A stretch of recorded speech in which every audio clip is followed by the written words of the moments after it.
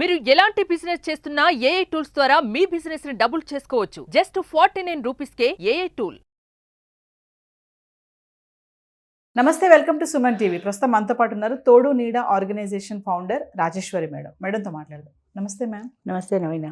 Ma'am, ఒక doubt చెప్పండి. అప్పుడు భర్త చనిపోయిన ఆడవాళ్ళు వివాహం ఎందుకు చేసుకోరు? మామూలుగా చూసుకుంటే భార్య చనిపోతే భర్త మాత్రం ఏదో కారణాలు చెప్పి పెళ్లి చేసుకుంటారు. ఒంటరిగా ఉండలేకో, పిల్లల్ని చూసుకోవాలనో, తన పనులు అవ్వట్లేదనో.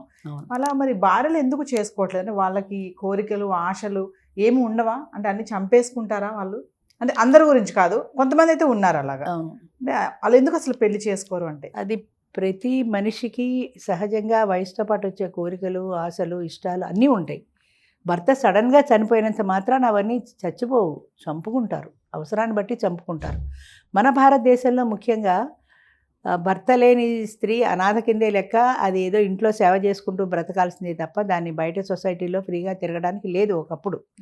అయితే వాళ్ళ ఇష్టాలతో సంబంధం అంతకంటే లేదు, ఎవరికి వాళ్ళ ఇష్టాలతో సంబంధం లేదు, చంపుకోవాల్సిందే. అయితే కాలం మారుతున్న కొద్దీ ఆడవాళ్ళు కొద్దిగా బయటికి రావడం మొదలుపెట్టారు, చదువుకున్నారు, ఉద్యోగాలు చేసుకుంటున్నారు. వాళ్ళు కూడా మామూలుగా అన్నీ ఉన్న స్త్రీలతో సమానంగా తిరుగుతున్నారు. కానీ వాళ్ళ మనసులో కోరికలు ఎక్కడికి పోతాయి? బయటికి వ్యక్తపరచలేరు. భయం. 100కి 90 మంది బయటపకపోయినా కూడా ప్రతి మనిషిలాగానే ఆవిడకు కూడా బొట్టు పెట్టుకోవాలి, పూలు పెట్టుకోవాలి, అందరితో సరదాగా తిరగాలి, భర్తతో సరదాగా సమయం గడపాలి అనే కోరిక ప్రతి ఒక్క ఆడదానికి ఉంటుందమ్మా. దాన్ని ఎవ్వరూ కాదనలేని నిజం. అది కాదు అని ఎవరైనా అన్నా కూడా అది అబద్ధమే. వాళ్ళ మనసును వాళ్ళు చంపుకొని మాయ చేసుకుని బయటికి పతివ్రత కబుర్లు చెప్తున్నారు అంతే. ఎవరి కోరికలు కాదనేటువంటి పరిస్థితి సమాజానికి ఉంది. అంటే నువ్వు ఇలా చేయకూడదు, నువ్వు అలా ఉండకూడదని కొన్ని టర్మ్స్ అండ్ కండిషన్స్ డిక్టేట్ చేశారు సమాజం మనకి ఆ రోజుల్లో. ఇంకా చాలామంది వస్తున్నారు. ముఖ్యంగా పిల్లలకి వ్యతిరేకించి చాలామంది పిల్లల్ని వ్యతిరేకించలేక వెనక్కి వెళ్ళిపోతారు. పిల్లలు ఏదేదో చాలా పరువు తక్కువ అనుకుంటారు. మీ అమ్మ మళ్ళీ పెళ్లి చేసుకుందా అని. సమాజం ఊరుకోదు కదా.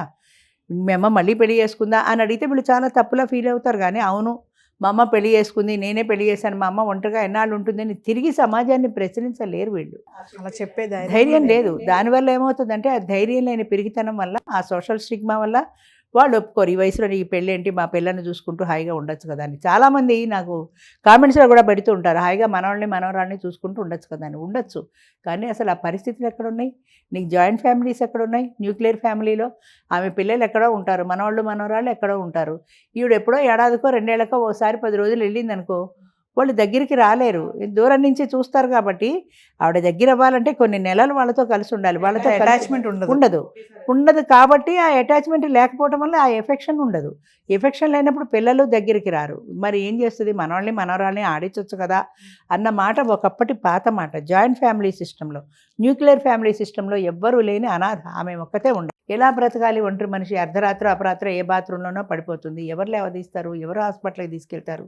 కోకొల్లలో ఉదాహరణలు. అలా ఒంటరిగా ఉండడం వల్ల ప్రమాదానికి గురై చచ్చిపోయిన వాళ్ళు ఎంతోమంది. ఇంకా అటాక్లు ఉంటాయి. ఒంటరి ఆడవాళ్ళు అయితే ఎంతోమంది అటాక్ చేస్తూ ఉంటారు. ఇదే అవకాశంగా తీసుకుని ఒక్క మనిషి కాబట్టి అటాక్ చేస్తారు. మరి అలాంటివన్నీ తప్పించుకోవాలంటే మనిషి ఒక తోడు ఉండాలి కదా. ఖచ్చితంగా. అంటే మేడం, తోడు నీడ ఆర్గనైజేషన్ రన్ చేస్తున్నారు కదా, అంటే మీ దగ్గరికి వస్తూ ఉంటారు చాలా మంది లేడీస్ కూడా, ఇలాంటి వాళ్ళు కూడా వస్తారు కదా.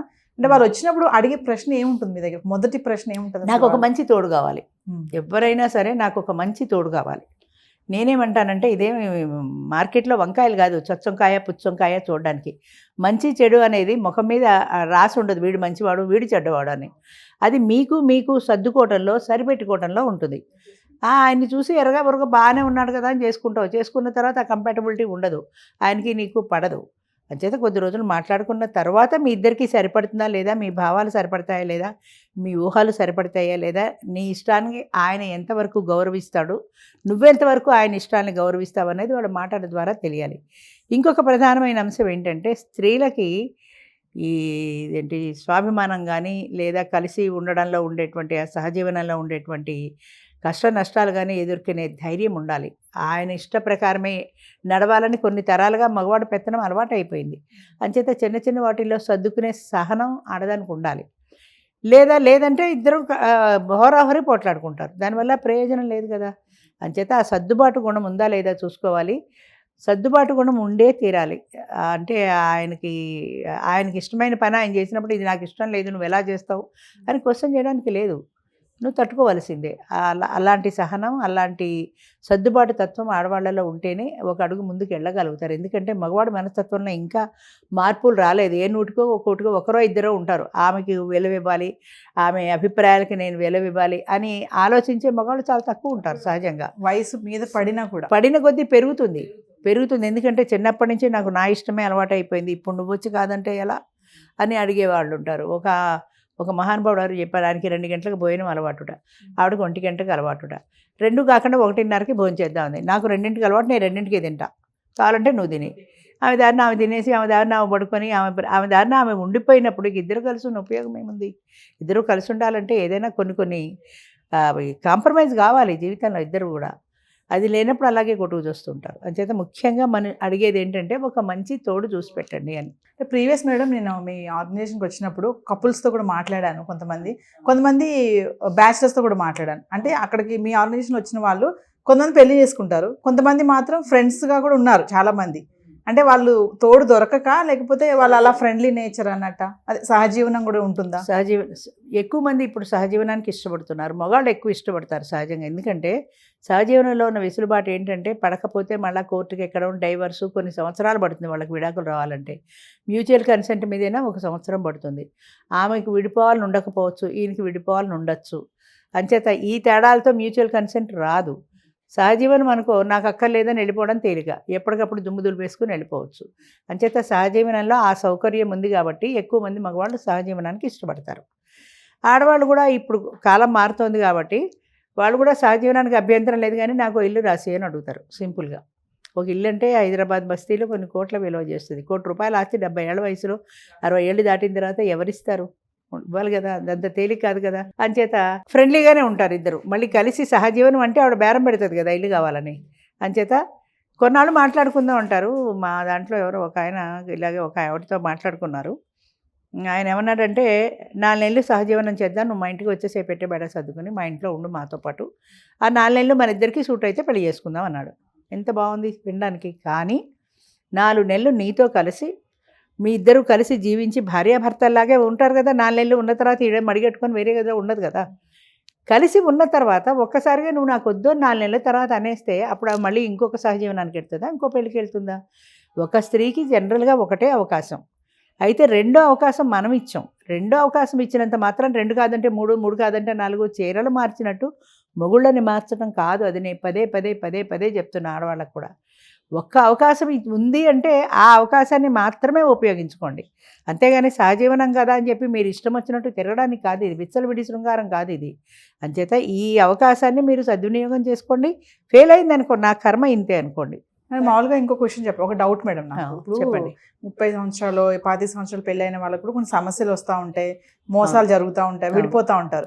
అంటే ఈ ముదిమి వయసులో పెళ్లి చేసుకున్న వాళ్ళకు కూడా ఇలాంటి సమస్యలు వస్తున్నాయా అంటే ఏం చెప్తారు మేడం? ఉన్నాయమ్మా, సమస్యలు లేని ప్రపంచంలో ఎవ్వరూ లేరు. ఇద్దరు మనుషులు కలిసి, ఒక భార్యాభర్తే కాదు, ఇద్దరు ఆడవాళ్ళు కలిసి ఉన్న సమస్యలు వస్తాయి, ఇద్దరు మగవాళ్ళు కలిసి ఉన్న సమస్యలు వస్తాయి, ఆడమగ ఉన్న సమస్యలు వస్తాయి. అయితే మెయిన్ కావాల్సింది ఏంటంటే వీళ్ళ బంధం గట్టిగా ఉన్నప్పుడు ఎలా వచ్చిన సమస్యలు అలాగే సాల్వ్ చేసుకుంటారు. అది లేనప్పుడే కొట్టుకుంటారు. సమస్యలు ఎన్నో వస్తాయి, కానీ కూర్చొని చర్చించుకోవాలి, దీనికి సొల్యూషన్ ఏంటి అనేది చూసుకోవాలి. రెండో విషయం ఏంటంటే, ఆడవాళ్ళు మగవాడు ఇంటికి వెళ్ళినప్పుడు ఈ మగవాడు నా సొంతం, నా మొగుడు నాకే సొంతం సినిమాలాగా వీడు నా మనిషి అన్న ఫీలింగ్ ఉండకూడదు. ఎందుకంటే 25 ఏళ్ల వయసు పెళ్లిలో అయితే ఆయన ఒక్కడే, కానీ ఆయనకు ఒక ఫ్యామిలీ ఉంది. అంతకుముందు ఆయన పిల్లలు ఉన్నారు, మిగతా వాళ్ళందరూ ఉన్నారు, భార్య లేదు. కానీ ఆ ఫ్యామిలీలో నువ్వు కలిసిపోగలగాలి, ఆ పిల్లల్ని నువ్వు కలుపుకోగలగాలి. నువ్వు ఆయన ఇంటికి వెళ్ళినప్పుడు ఆయనతో పాటు ఆయన కుటుంబాన్ని అందరినీ కూడా నువ్వు కలుపుకోగలిగినప్పుడు వాళ్ళు కూడా నిన్ను యాక్సెప్ట్ చేస్తారు. అది లేకుండా వాళ్ళ పిల్లలు వస్తే నన్ను చూడాలంటున్నాడండి, నేనెందుకు చూడాలి, నేనేమన్నా ఆయనా అని అడుగుతారు కొంతమంది. ఆయన ఇష్టమైనప్పుడు ఆయన కుటుంబాన్ని ఎందుకు ఇష్టపడవు? ఆ వయసులో కూడా ఆ వయసులో కూడా నా భర్త నాకే సొంతం, నా ఇల్లు నాకే సొంతం అన్న ఫీలింగ్ ఆ వయసులో కూడా ఉంటుంది. నేను ఎందుకు చూడాలి ఆయన పిల్లల్ని అంటే కేవలం ఆయన కోసమే వెళ్తున్నానన్న దృష్టితో ఉండకూడదు. అలా అందరూ ఉంటారంటే అలా కొంతమంది ఉంటారు. అలా ఉన్నప్పుడు అదే ఫీలింగ్ వస్తుంది కదా. ఆయనకి ఏమనిపిస్తుంది, ఆయన పిల్లలు ఇప్పుడు పండగకి పిల్లల్ని పిలవాలనుకున్నాడు అనుకో, ఈమె ఒప్పుకోలేదు, వాళ్ళు రాలేదు, ఈమెకి ఇష్టం లేదు కాబట్టి వాళ్ళు వచ్చిన ముఖం మార్చుకొని చూస్తే వాళ్ళకి అర్థమైపోతుంది కదా ఈవిడికి మనం రావడం ఇష్టం లేదని, వాళ్ళు దూరం అయిపోతారు. ఆయన ఈవిడితో బంధం తెచ్చుకున్నంత మాత్రాన పాత బంధాలు తెంపుకోలేదు కదా, తెంపుకోలేడు కదా. దాన్ని నువ్వు ఎందుకు యాక్సెప్ట్ చెయ్యవు? కూర్చొని మాట్లాడుకో. నీ పిల్లలు ఉంటే నీ పిల్లలు లేరమ్మా, ఆయన పిల్లలు ఉంటే ఆయన పిల్లలు వస్తారు. అలా అందరూ కలిసిపోయినప్పుడు ఆ కుటుంబంలో ఆ బంధం గట్టిపడుతుంది. అది లేకుండా నా మగుడు నాకే సొంతం అని, నాకు మాత్రమే ఈయన సొంతం అని ఆయన, నాకు మాత్రమే ఈవిడ సొంతం అని ఈయన అనుకుంటే ఈ వయసులో పెళ్ళిళ్ళు సక్సెస్ కావు. ఎక్కడైనా అంతే. Thank you ma'am. Thank you అమ్మా.